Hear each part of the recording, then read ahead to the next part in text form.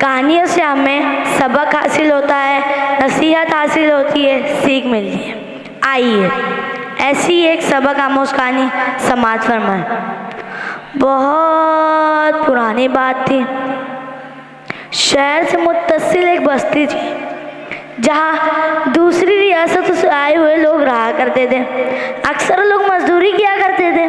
वो दिन भर काम करते, शाम होते होते थकन से चूर हो जाते, घर आते खा पी कर सो जाते। करीब ही एक खुली जगह थी जहाँ मजदूरों के बच्चे खेला करते थे। कभी आँख मिचोली, कभी लंगड़ी, कभी गिल्ली डंडा, कभी कबड्डी, कभी गोटी खेलते तो कभी पतंग उड़ाते। गर्ज की मौसम की तरह इनके खेलों तमाशे बदलते रहते। कभी कोई दौड़ता, कोई चलता, कोई रोता, कोई हंसता। बच्चों का शोर बढ़ता तो आसपास के लोग उन्हें मैदान से भगा देते। कुछ देर की खामोशी होती, फिर शोर बगल शुरू हो जाता। करीबी एक बूढ़ा रहता था, ना मुंह में दांत ना पेट में हाथ, बदन के अंदर खून था ना तन के ऊपर गोश्त था, सिर्फ हड्डी का ढांचा था, हड्डी का ढांचा। मगर बच्चों को देखकर आग बबूला हो जाता। बच्चों की शरारत से इसका पारा चढ़ जाता। बच्चों के इस खेल से इसे खुदा वास्ते का बैर था। एक दिन की बात है, बच्चे मैदान में खेल रहे थे, अपनी ही दुनिया में मस्त थे। शोर व गुल मचा हुआ था, एक दूसरे को दौड़ा रहे थे, धमा चौकड़ी मचा रहे थे, धमा चौकड़ी मचा रहे थे।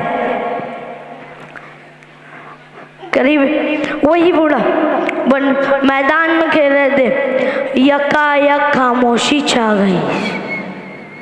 जो जहाँ था वही रुक गया। सबके होश उड़ गए। ऐसा क्या हुआ? कौन था वो? कहाँ से आया था वो? मंजर बड़ा डरावना था। सामने वही बूढ़ा अपने दिगर 3 बूढ़ों के साथ खड़ा था। बूढ़े ने, छोटे बबलू ने कहा, एक से भले 2 तो सुने थे। कमरू ने उसकी बात काट कर कहा, आज 2 से भले 3 भी देख लो। फखरू दुआ करने लगा, जल्तू जलाल दुआए बला को डाल दूँ, जल्तू जलाल दुआए बला को डाल दूँ। क्या होने वाला है सबको मालूम था। बच्चे हैरान परेशान एक दूसरे को देख रहे थे। बूढ़े ने बच्चों को भगाना शुरू किया।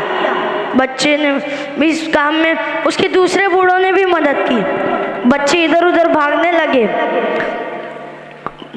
आखिरकार बूढ़े ने बच्चे को भगा कर ही दम लिया।